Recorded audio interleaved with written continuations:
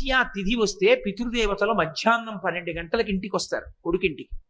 ఈ మాట ఎందుకు అన్వయం అవుతుందంటే, అమ్మ బ్రతికుండగా పెట్టిన అన్నం అమ్మ తింటుంటే కనపడుతుంది, నాన్నగారు బ్రతికుండగా పెట్టిన అన్నం నాన్నగారు తింటుంటే కనపడుతుంది.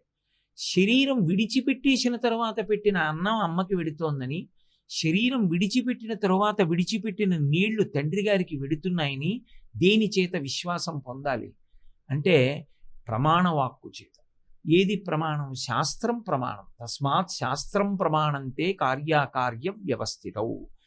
కొన్ని కంటికి కనపడవు కానీ జరుగుతాయి.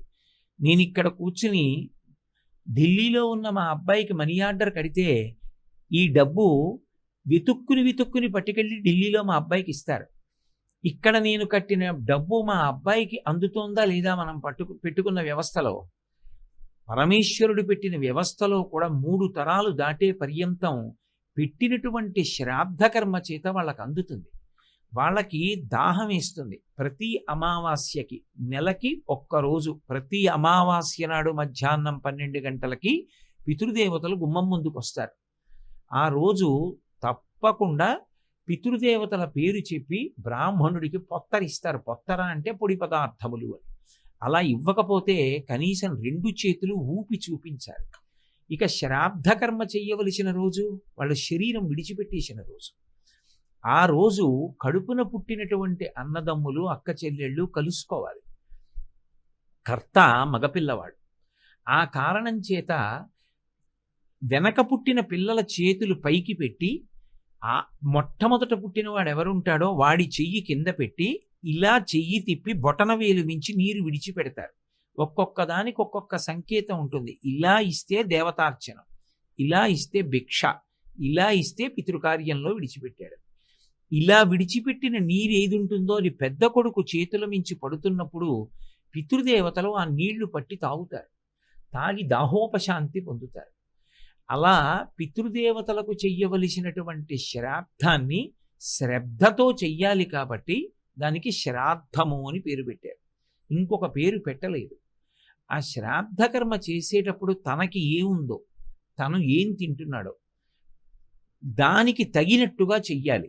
దానికి మించి చేయకూడదు, దానికి తక్కువ చేయకూడదు, దానితో సమానంగా ఉండాలి. ఉదాహరణకి నేను రోజు చక్రకేళి అరటిపండు తింటాను అనుకోండి, ఆ రోజు శ్రాద్ధంలో చక్రకేళి అరటిపండే వాడాలి.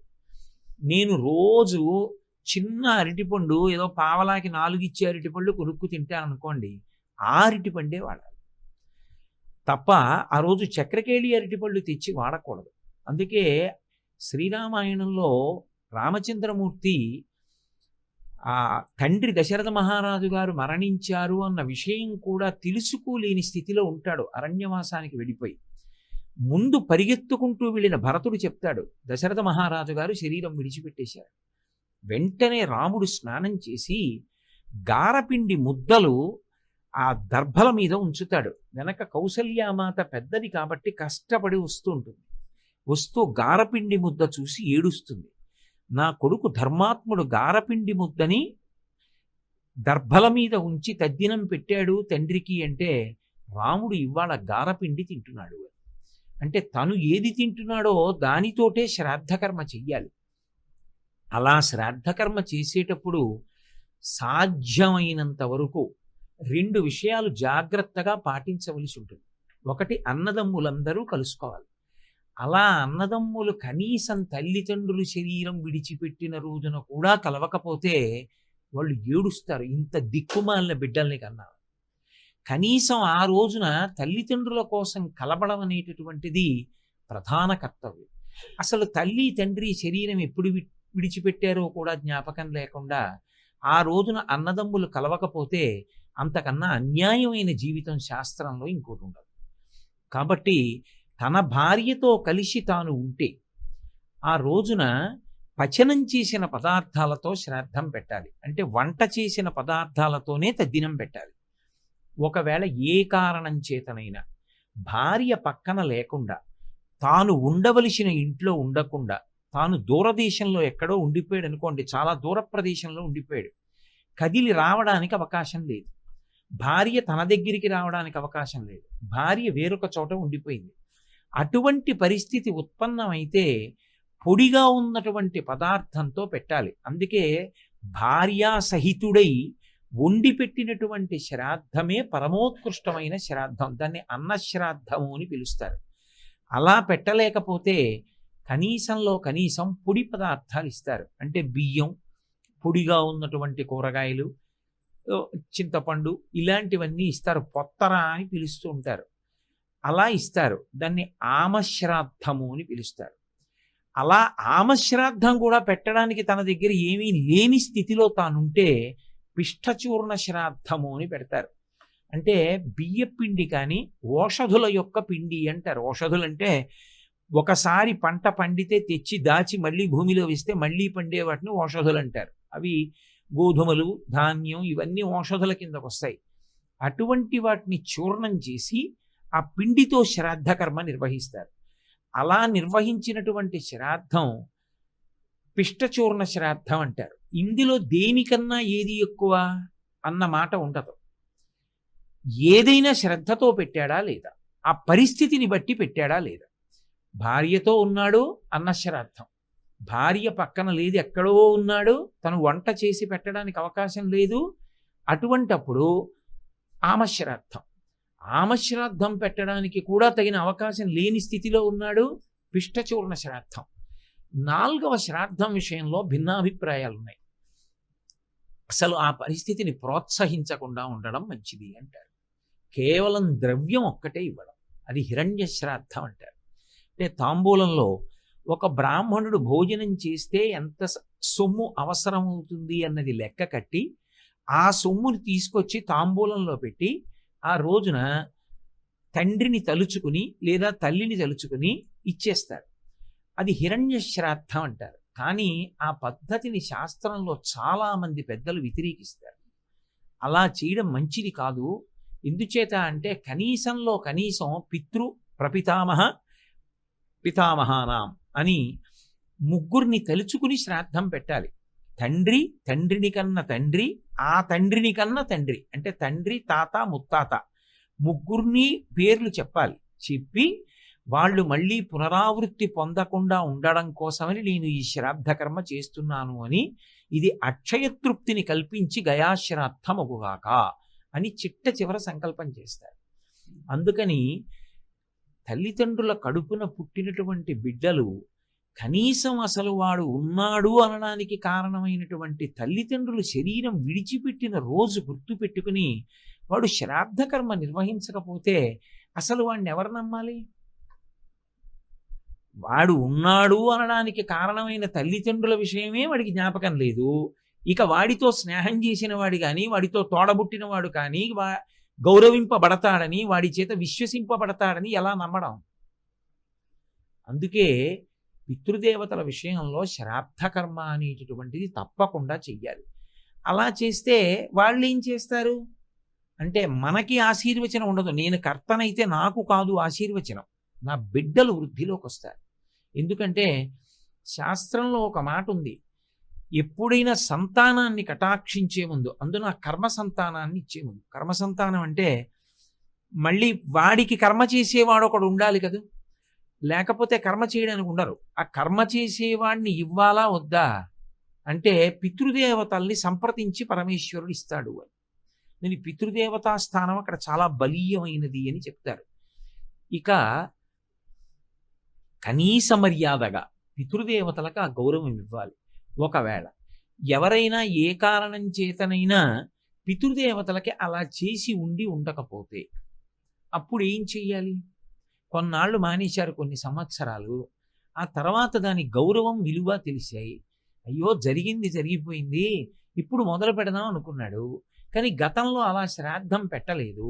ఆ దోషం ఎలా పోవడం అంటే దానికి భారతదేశం మొత్తం మీద ఆ దోషం పోగొట్టగలిగిన క్షేత్రం తిరుమల క్షేత్రం కింద ఉన్న కపిలతీర్థం ఒక్కటి.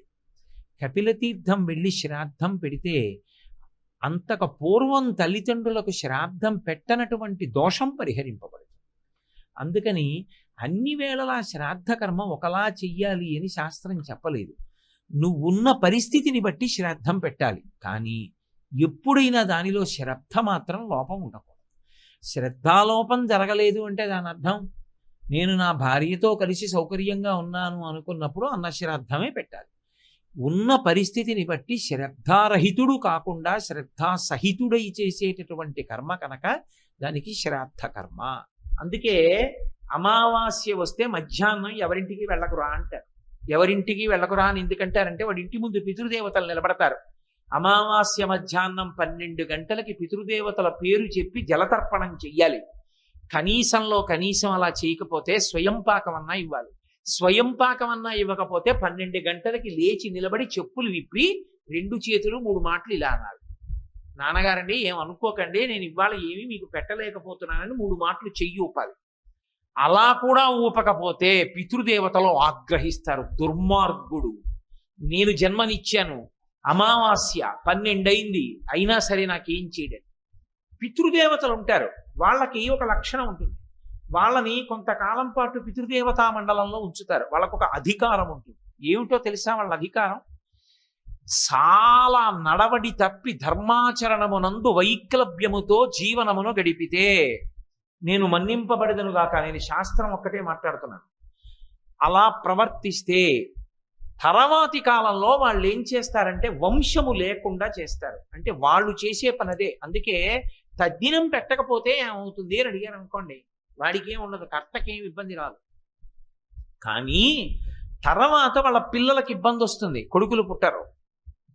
పితృదేవతల్ని సంప్రదిస్తాడు ఈశ్వరుడు, ఇవ్వమా కొడుకులను అడుగుతాడు. వాడు ఏం చేశాడని ఇవ్వడం వాడికి. పితృదేవతా స్థానంలో ఈ అభిమానాలు మర్యాదలు ఏముండవు. ఇవ్వక్కర్లేదని చెప్తారు పితృదేవతలు. కొడుకుల్ని ఇవ్వరిక. కర్మ సంతానం ఉండదు. అక్కడితో ఆ ఇంటి సింహాసనానికి నీరాజనం ఆగిపోతుంది. అల్లుడి గోత్రం వేరు. అల్లుడు ఈ సింహాసనాన్ని తీసుకోడు. కాబట్టి ఏం చేస్తారంటే ఆ పంచాయతనాన్ని, ఆ సింహాసనాన్ని నీటిలో కలిపేయవలసి ఉంటుంది.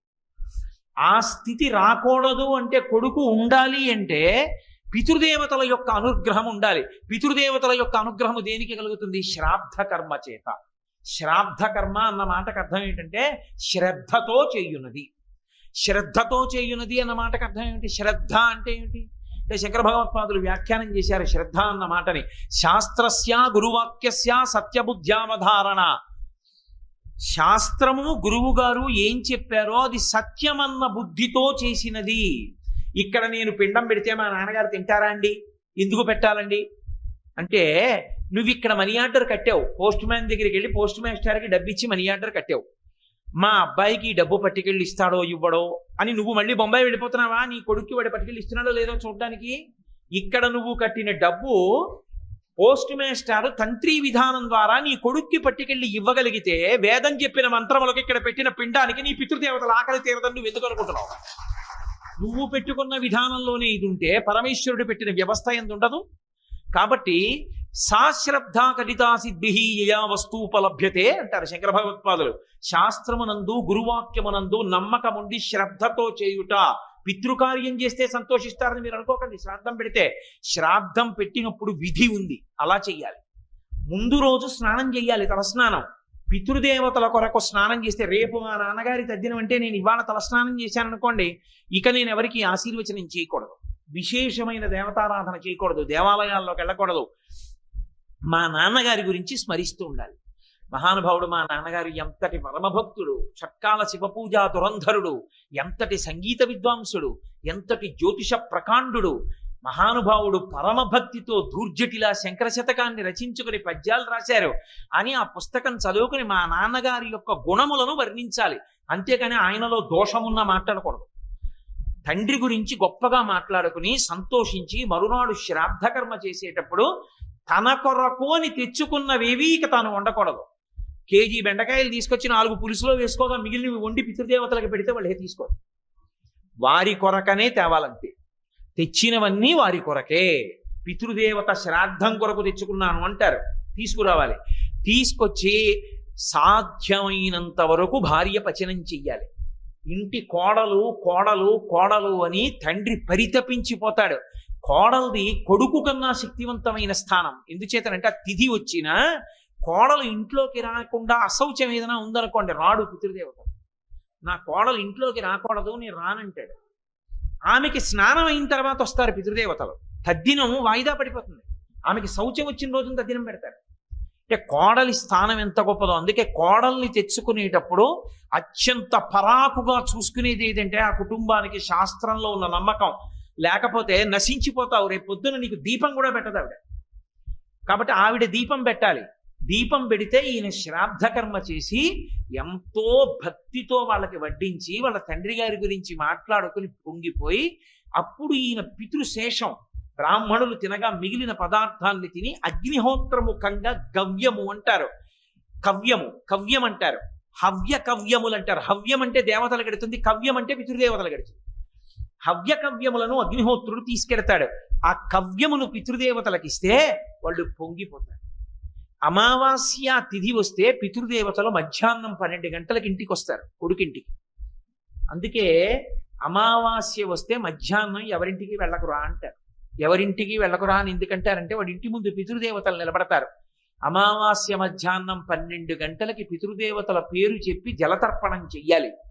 కనీసంలో కనీసం అలా చేయకపోతే స్వయం పాకమన్నా ఇవ్వాలి. స్వయం పాకమన్నా ఇవ్వకపోతే 12 గంటలకి లేచి నిలబడి చెప్పులు విప్పి 2 చేతులు 3 మాటలు ఇలా అనాలి. నాన్నగారండి ఏం అనుకోకండి, నేను ఇవాళ ఏమీ మీకు పెట్టలేకపోతున్నానని 3 మాటలు చెయ్యి ఊపాలి.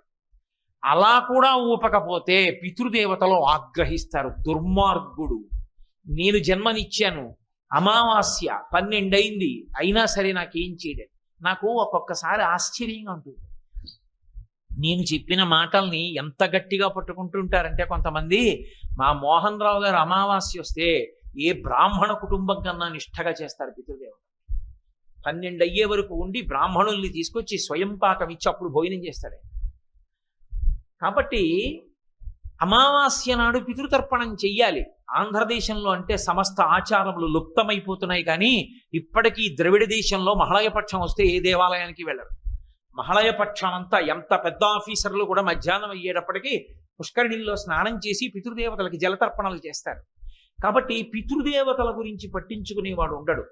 అసలు తల్లి తండ్రి ఫోటో కూడా ఇంట్లో ఉండదు. అట్టే మాట్లాడితే కూతురికి పెళ్లి చేసేటప్పుడు కన్యావరణ ఉంటున్నప్పుడు 3 తరాల పేర్లు చెప్పాలి.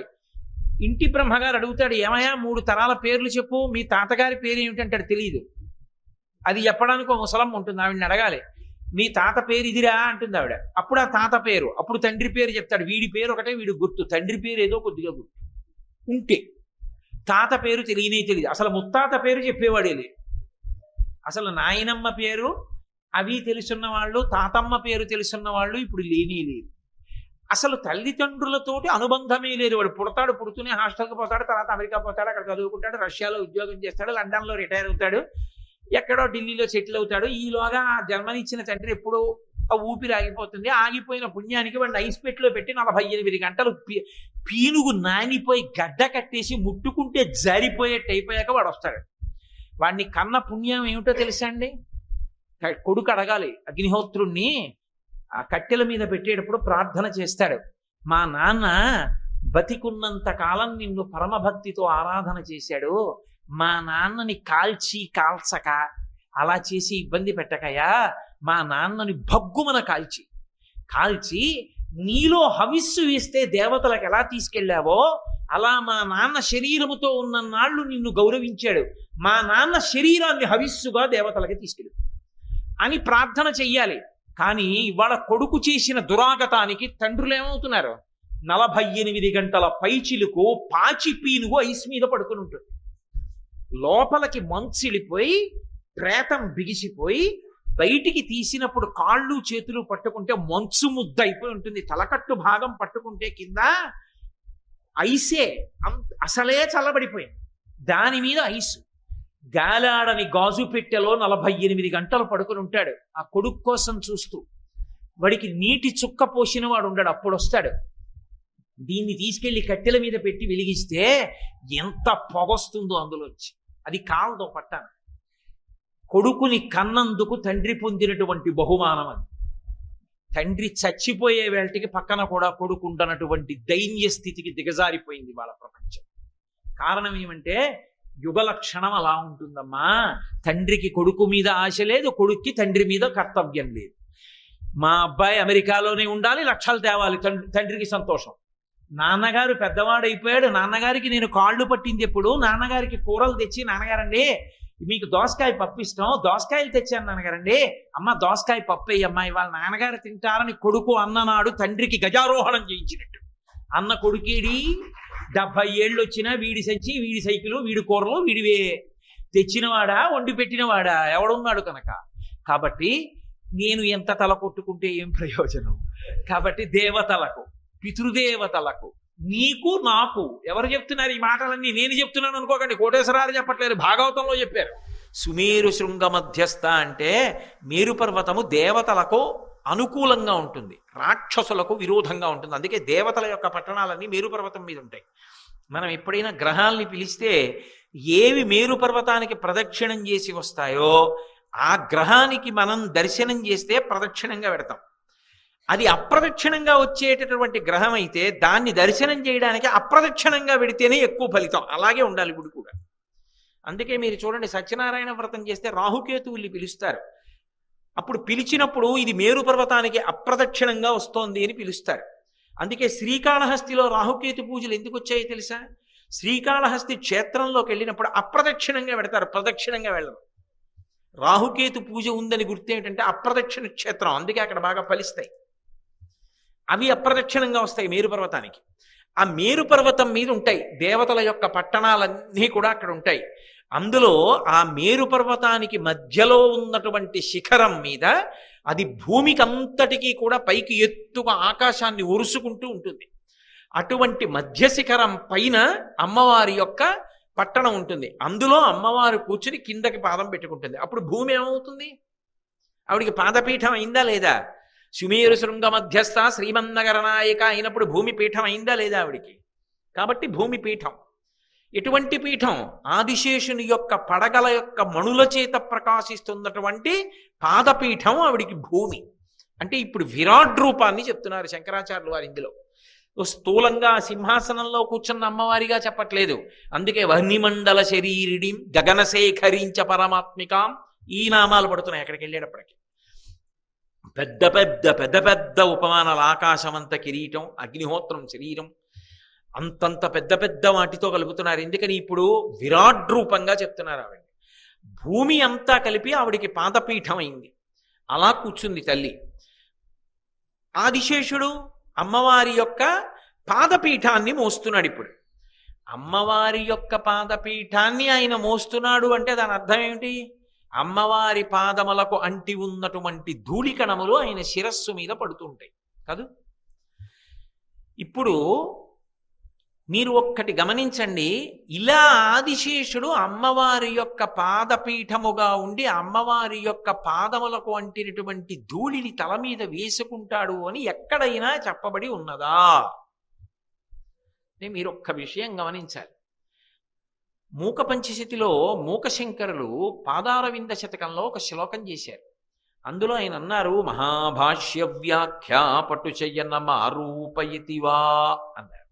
అమ్మవారి యొక్క వైభవం చెప్తూ మహాభాష్య వ్యాఖ్యా పటుచయన మారూపయతివా, మహాభాష్య వ్యాఖ్య చేసినటువంటి వాని యొక్క మంచం మీద కూర్చోబెట్టగలదు, ఎక్కించగలదు. లోకంలో అనేక గ్రంథాలకు భాష్యం చేస్తారు, కానీ తనంత తానుగా మహాభాష్యము అన్న పేరు దేనికి ఉందంటే పాణిని వ్యాకరణం చేశాడు. అష్టాధ్యాయి అంటారు. 8 అధ్యాయాలతో ఉన్నటువంటి అష్టాధ్యాయికి ఆ పాణిని వ్యాకరణానికి పతంజలి మహాభాష్యం చేశాడు. పతంజలి చేసిన భాష్యానికి మహాభాష్యం అని పేరు. ఆ మహాభాష్యం దేనివల్ల చేయగలిగాడు అంటే అమ్మవారి పాదములకు అంటి ఉన్నటువంటి ధూళికణాన్ని తల మీద వేసుకుంటే ఆ శక్తి వచ్చింది. అందుకే భాష్యాలున్నాయి కానీ మహాభాష్యం అన్న పేరు లేదు లోకంలో.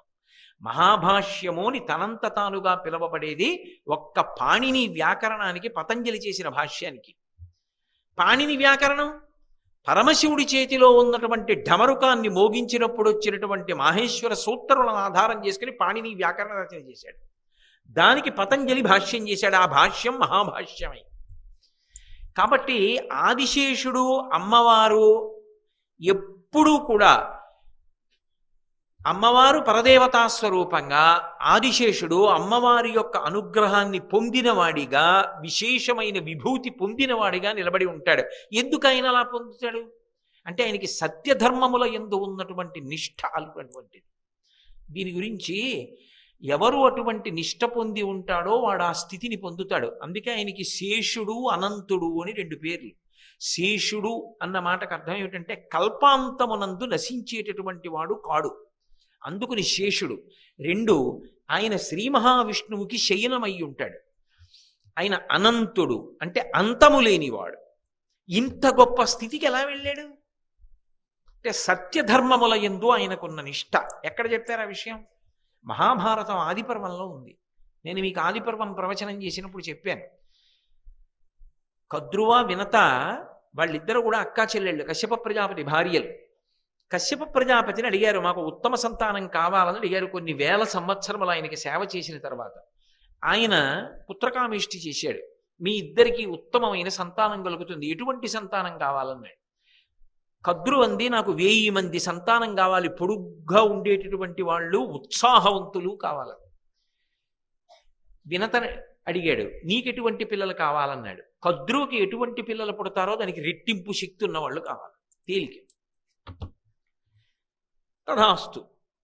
కద్రుకి కొన్ని సంవత్సరములు పోయిన తర్వాత కడుపులోంచి అండములు పైకొచ్చాయి, గ్రుడ్లు పైకొస్తే దాన్ని ఆవునీతి పాత్రలలో పెట్టి పెంచుతున్నారు. అందులోంచి క్రమంగా గ్రుడ్లు బద్దలై అందులోంచి పావులు పైకొచ్చాయి. అందులో మొట్టమొదట వచ్చినటువంటి వాడు ఆదిశేషుడు. ఆదిశేషుడు, వాసుకి, ఐరావతుడు వీళ్ళందరూ పుట్టారు అందులోంచి. కశ్యప ప్రజాపతి యొక్క సంతానం.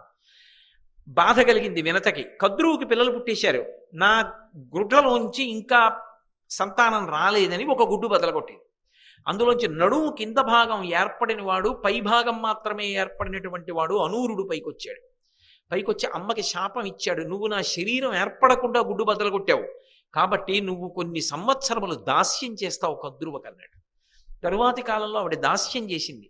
ఎందుకు చేసింది అంటే మీ అందరికీ తెలుసు. ఇంద్రుడి యొక్క తెల్లటి గుర్రం ఉచ్చైశ్రమం దూరంగా ఓ పర్వత శిఖరం మీద గడ్డి మేస్తోంది.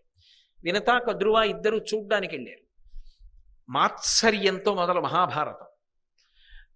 అక్కడికి వెళ్ళి ఇద్దరు చూస్తున్నారు. కద్రు అంది, చూసావా గుర్రం అంతా తెల్లగా ఉన్నా తోక నల్లగా ఉంది.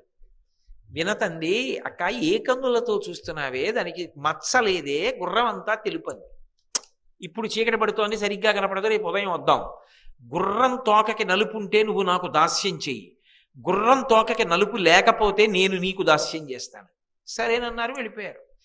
తెలుసు కద్రువకి లేదు తోకకి నలుపు అని. వెళ్ళి బిడ్డలందరినీ పిలిచింది. పావులు నల్లగా ఉంటాయి కదా, మీలో ఎవరైనా ఒకళ్ళు వెళ్ళి ఉచ్చైశ్రవం యొక్క తోకకి చుట్టుకోండి, అది తెల్లవారేటప్పటికీ నల్లగా కనపడాలి దాని తోకని. బిడ్డలందరూ తిరస్కరించారు. మేము చెయ్యం ఇటువంటి తప్పు పని. ఆమె కూడా తల్లి, మాకు పినతల్లి, తప్పు కదూ, ఇలా మోసం చేసి ఆవిడితో దాస్యం చేయించడం, మేము ఈ పని చెయ్యమన్నారు. ఆవిడంది, తల్లి మాట తిరస్కరించారు కాబట్టి రాబో కాలంలో జనమేజయుడు చేసేటటువంటి సర్పయాగంలో మీ అందరూ పడి నశించెదరుగాక. ఒక్క పిల్లాడు భయపడ్డాడు, కర్కోటకుడని. వాడు లేచి అన్నాడమ్మా నీ చుట్టుకుంటానని వెళ్ళి తోక్కి చుట్టుకున్నాడు. వినత చూసింది, తెల్లవారేటప్పటికి తోక నల్లగా కనపడింది, ఒప్పుకుంది, దాస్యం చేయడం మొదలెట్టింది. ఒక్క కొడుకు ఆదిశేషుడు మాత్రం, చిచి వీళ్ళు దుర్మార్గులు, మోసం చేసి వినతతో దాస్యం చేయించారని ఆయన దూరంగా వెళ్ళిపోయి ఆయన హిమవత్పర్వతం మీద, గంధమాదన పర్వతం మీద, బదరీ క్షేత్రంలోనూ గోకర్ణంలోనూ మార్చి మార్చి బ్రహ్మగారి గురించి తపస్సు చేస్తూ ఉండిపోయాడు. బ్రహ్మగారు ప్రత్యక్షమయ్యారు. నీకేం కావాలని అడిగారు. ఆయన అన్నాడు, నాకేం కోరిక లేదు. మరి ఎందుకు చేస్తున్నావు అన్నాడు. నా ప్రారంధం, నేను కద్రువుకి కుమారుడిగా జన్మించాను సర్పంగా. నా తోబుట్టువులందరూ మోసం చేశారు మా పినతల్లిని, నాకు అది తలుచుకుంటే జుగుప్సగా ఉంది. పాపం ఆ పినతల్లితో దాస్యం చేయించారు. గరుత్మంతుడు ఆవిర్భవించి తల్లి దాస్యాన్ని పోగొట్టాడు. వాళ్లతో కలిసి ఉండడం నాకు ఇష్టం లేదు. నేను ఇలా తపస్సు చేసి చేసి తపస్సులో నా శరీరాన్ని వదిలిపెట్టేస్తాను, నాకు ఏ కోరిక లేదన్నాడు. బ్రహ్మగారు సంతోషించి అన్నారు, వాళ్లతో కలిసి పుట్టినా నువ్వు సత్యధర్మముల యందు ప్రీతితో నిలబడ్డావు, అందుకే ఎవ్వరికీ లేనటువంటి శక్తిని, ఎవ్వరికీ లేని అనుగ్రహాన్ని నీకు ఇస్తున్నాను. ఈ భూమి యొక్క బరువు అంతా నువ్వు మోస్తావు, 1000 పడగలతో ఈ భూమిని మొయ్యి, మీకు ఆ శక్తిని ఇస్తున్నానన్నాడు. అప్పటి నుంచి శేషుడు ఈ భూమి యొక్క భారాన్నంతటినీ భరిస్తున్నాడు. ఈ భూభారాన్ని భరిస్తుంటే ఆయన యొక్క పడగల యొక్క మణుల కాంతులు దానికి గుండ్రంగా చుట్టూ వెలుగుతుంటాయి. అందుకే రత్నసాను అని పేరు మేరు పర్వతానికి. దానికి అంచుల మీద రత్నాలుండి కాంతులు వస్తుంటాయి. అందుకే మార్కండేయ మహర్షి చేసినటువంటి చంద్రశేఖరాష్టకంలో రత్నసాను శరాశనం రజత ద్రిశృంగనికేతనం సింజనీకృత పన్నగేశ్వరమచ్యుత నలసాయకం అంటారు. రత్నసాను అని పేరు మైరు పర్వతానికి ఎందుకు వచ్చింది అంటే దాని యొక్క చిరియల యందు రత్నములు ఉంటాయి, ఆ కాంతులు దానికి ఉంటాయి. దాని మీద అమ్మవారు కూర్చుంటుంది. మరి సింహాసన రత్నాలతో ఉండద్దు, దాని మీద కూర్చుని పాదపీఠం మీద పెట్టుకుంటుంది. పాదపీఠానికి రత్నాలు లేకపోతే నవరత్నమాలిక ఎలా? అందుకుని శంకరులు ఎక్కడి నుంచి ఎక్కడికి కలిపారంటే ఆదిశేషుని యొక్క 1000 పడగల మీద ఉన్నటువంటి మణులు ఈ భూమండలానికి గుండ్రంగా తాపడం చేయబడినటువంటి రత్నములు మణులైతే ఈ పీఠం మీద కాలు పెట్టుకుని ఆ సుమేరు శృంగ మధ్యస్థ అయి కూర్చున్న తల్లి అని పిలిచారు. బాగుంది కానండి. ఆదిశేషుడి పడగల మీద ఉన్నటువంటి భూమండలాన్ని పాదపీఠం చేసుకుని కూర్చున్న అమ్మవారు అని చెప్పడానికి శంకరాచార్యుల వారు ఇంత కష్టపడవలసిన అవసరం ఉందా ఈ చరణం రాయడానికి? కాదు. ఇందులో నిగూఢమైనటువంటి రహస్యం ఒకటి ఉంది. శంకర భగవత్పాదులు ఏం చేస్తున్నా వారికి గురువుగారు జ్ఞాపకానికి వస్తుంటారు, ఎప్పుడూ జ్ఞాపకానికి వస్తారు. వెంటనే ఓసారి శ్రీ గురుభ్యో నమః అంటారు, గోవిందం పరమానందం అంటారు మధ్యలో వివేక చూడామణిలో. ఎందుకంటే గోవింద భగవత్పాదులు ఆయన గురువుగారు. ఎక్కడో అక్కడ గురువుగారిని తలుచుకుని మనసులో మురిసిపోతుంటారు, మా గురువుగారు అని ఆనందపడిపోతుంటారు. అది ఆయన గురుభక్తి. ఇక్కడ ఆయన శ్రీ గురుభ్యో నమః అంటున్నారు. అలా ఎక్కడ కనపడిందండి? ఆదిశేషుడి పడగల మీద ఉన్నటువంటి మణులు భూమండలానికి తాపడం చేయబడి ఉండడం ఏమిటి? దాని మీద అమ్మవారు పాదం పెట్టుకోవడం ఏమిటి? అందులో గురువు గారికి నమస్కారం ఉండడం ఏమిటి? ఎలా ఉంది అంటారేమో. ఒకానొకప్పుడు శ్రీ మహావిష్ణువు అజపతాండవ దర్శనం చేశారు.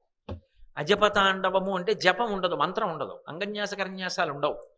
అందులో ఏం చేస్తారంటే వెన్నుపావుని నిటారుగా పెట్టి భ్రూమధ్యమునందు దృష్టి పెట్టి ఊపిరి బాగా తీస్తారు, ఊపిరిని మెల్లగా విడిచిపెడతారు, మెల్లగా తీస్తారు, మెల్లగా విడిచిపెడతారు. హంస జపం అంటారు. ఆ ఊపిరి ఎక్కడి నుంచి వస్తోంది, ఊపిరి ఎక్కడ అయిపోతోంది, ఏ స్థానంలోంచి వచ్చి ఏ స్థానంలో పూర్తవుతోందో ఆ ఊపిరిని ఒక్కదాన్నే పరిశీలిస్తారు. అప్పుడు ఇంకా ఏ మంత్రము ఉండదు. ఏ మంత్రం లేకుండా తన ఊపిరి మీద తాను ధ్యానం చేస్తాడు. దాన్ని అజప తాండవము అని, అజప స్థితి అని అంటారు. అప్పుడు ఈ గుండెలో హంస కదులుతూ ఉంటుంది ఆ ఊపిరిలో. అప్పుడు ఆ ఊపిరి వచ్చి వెళ్ళడాన్ని ధ్యానం చేస్తారు. ఒకప్పుడు శ్రీ మహావిష్ణువు అలా చూస్తూ ఉంటే ఆయనకి ఆ ప్రారంభ స్థానమునందు పరమశివుని యొక్క తాండవం కనపడి ఆయన ఎంతో సంతోషపడిపోయి శివదర్శనం చేత ఆనందాన్ని పొందేశారు. పొందేస్తే రోమాంచితం అయిపోయింది, వెంట్రుకలు నిక్కపొడుచుకుపోయి అంత సంతోషపడిపోయి పొంగిపోతే ఆయన బరువెక్కారు. ఆదిశేషుడు మోస్తున్నాడు కదా, ఆయన అన్నాడు, స్వామి స్వామి ఎందుకు పొంగిపోతున్నారు, మీరు బరువుగా ఉన్నారు, పడగలు వంగుతున్నాయి. మరి శేషుడు పాన్పు కదా ఆయనకి, ఎందుకంటే అంత పొంగిపోతున్నారు అన్నాడు. నా గుండెల్లో అజపతాండవం చూశాను రా పరమశివుడిది అన్నాడు. అంత బాగుంటుందా అన్నాడు. నువ్వు చూస్తావా అన్నాడు. చూస్తాను అన్నాడు. చిదంబరం వెళ్ళి చూడు అన్నాడు. అక్కడ నటరాజు కదా మరి ఉన్నాడు, పరమశివుడు నటరాజుగా నాట్యం చేస్తాడు అక్కడికి వెళ్ళి చూడు. తమ ఆజ్ఞ, బయలుదేరుతున్నానన్నాడు. అంటే శ్రీ మహావిష్ణువు అన్నారు, నువ్వు ఎటూ భూలోకానికి వెడుతున్నావు, ఒక మహోపకారం చెయ్యి. 3 రకములైనటువంటి ఉపకారములు మానవాళికి జరిగేటట్టుగా చేసిరా అన్నాడు. సరే, ఆయన ఏం చేశాడు, ఎక్కడ పుట్టాలని వెడుతున్నాడు, పాము పిల్ల రూపంలో వెడుతున్నాడు. ఒక తల్లి, ఆమె మంచి యోగిని, ఆమె 2 చేతులు ఇలా అంజలి ఘటించి భగవంతుణ్ణి ప్రార్థిస్తోంది, నాకు మంచి కుమారుడు కావాలని ప్రార్థన చేస్తోంది. ఈమె యోగ్యురాలు, ఈమెను కడుపున పుట్టు అని ఈశ్వరుడు శాసించాడు. ఆ వెడుతున్నటువంటి పాము పిల్ల టక్కన ఆమె చేతిలో పడింది. పడి చూసేటప్పటికి కింద పాము శరీరం, పైన మనిషి తల. అందుకే నటరాజమూర్తి దగ్గర ఒక పక్క పతంజలి ఉంటాడు, కింద పాము పైన మనిషి తల. ఒక పక్క వ్యాఘ్రపాదుడు ఉపమన్యు మహర్షి యొక్క తండ్రి, పైన ముఖం మనుష్యుని యొక్క ముఖం, కింద పెద్ద పులి యొక్క శరీరం ఉంటాయి. ఇద్దరు పక్కన నిలబడి తాండవం చూస్తుంటారు, మిగిలిన వాళ్ళు సహకారం చేస్తుంటారు తాండవానికి. ఈ పతంజలి ఆమె చేతిలో పడ్డాడు. అంటే కింద పడ్డాం, అంజలి ఘటించినప్పుడు పడ్డాడు కాబట్టి పతంజలి అని పేరు పెట్టింది ఆవిడ. అటువంటి పతంజలి ఈ మానవాళికంతటికీ కూడా 3 మహోపకారాలు చేశాడు. ఏమిటవి అంటే, మనకి 3 ఉంటాయి పుణ్యం చేసుకోవడానికి: వాక్కు, కాయము, మనస్సు.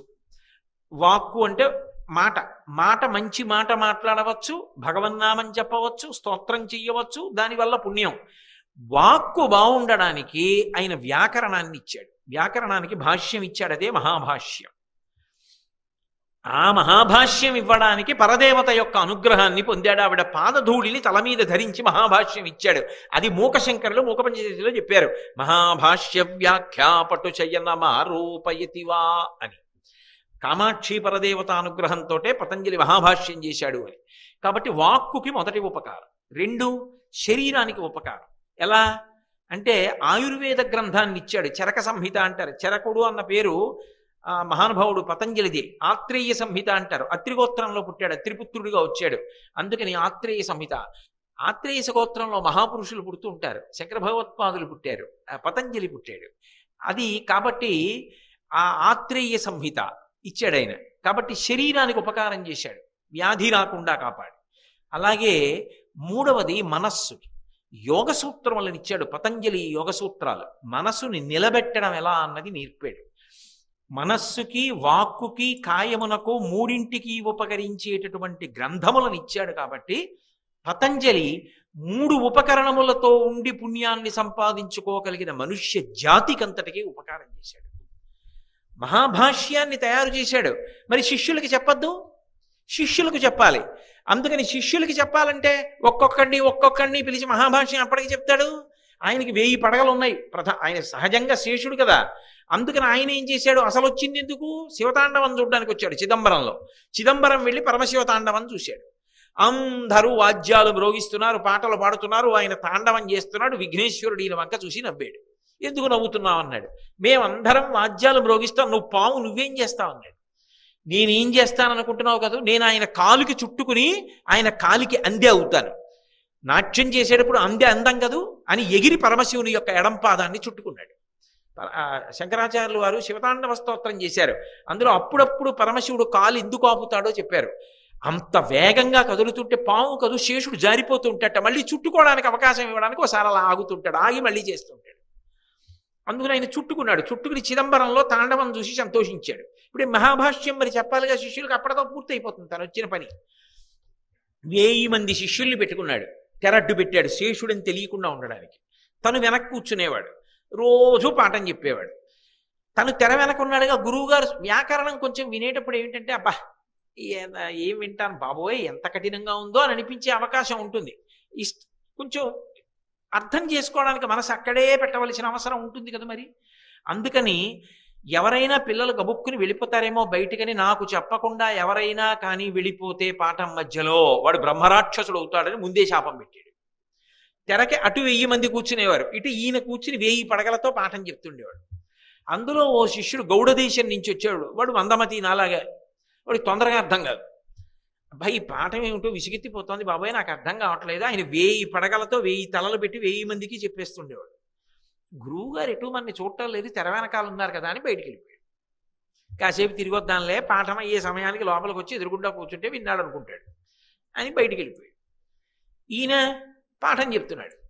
అందులో ఇంకో శిష్యుడు అత్యుత్సాహం ఉన్నవాడు. ఒక్క గురువుగారు 1000 మందికి పాఠం వాడికి ఎలా కావాలో వీడికి ఎలా కావాలో, వీడికి అనుమానం ఉందో, వాడు వెనకబడ్డ వాడికి వెనక పాఠం, ముందు వాడికి ముందు పాఠం, ఎవరి సమర్థతని బట్టి వాళ్ళకి ఎలా చెప్పేస్తున్నారు ఒక్క గురువుగారు. ఏదో ఉంది తమాషా, చూడాలని తెరెత్తాడు. తెరెత్తేటప్పటికీ ఆదిశేషుడు ఉన్నాడు. ఆయన పడగలలోంచి వచ్చినటువంటి జ్వాలల చేత విషపు గాలికి ఈ 1000 మంది దగ్ధం అయిపోయారు. 1000 మందిని శేషుడు అనుకుంటున్నాడు.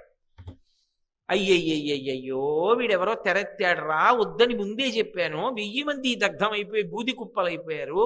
ఈ మహాభాష్యం ఎప్పటికి చెప్తాను, ఎప్పటికి నా అవతారం పూర్తవుతుంది అని ఆలోచిస్తున్నాడు. ఈ గౌడుడు తిరిగి వచ్చాడు.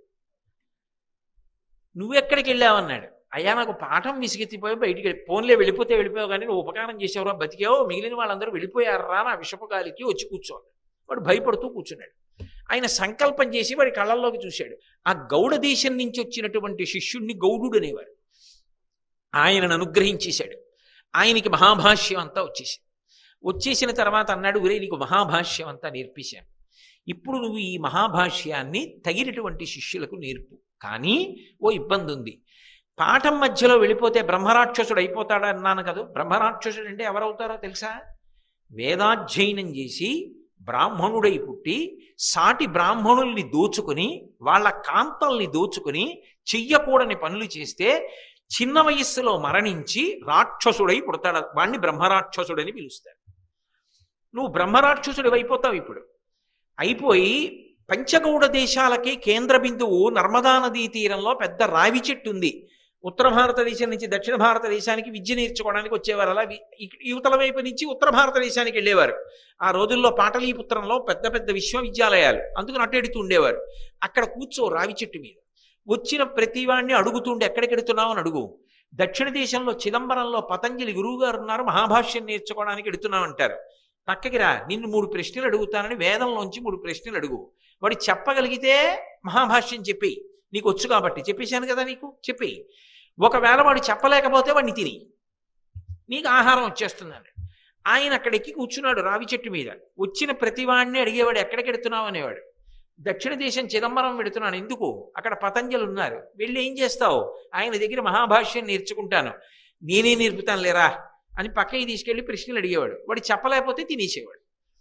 అలా ఎన్ని సంవత్సరాలు అయిపోయిందో ఆ మహాభాష్యం బ్రహ్మరాక్షసుడి దగ్గరే ఉండిపోయింది. ఒక్క శిష్యుడికి వెళ్ళలేదు. పతంజలి బాధపడ్డాడు. ఇది ఎవరికి వెళ్ళేటట్టు లేదని తానే చంద్రశర్మ అన్న పేరుతో మళ్ళీ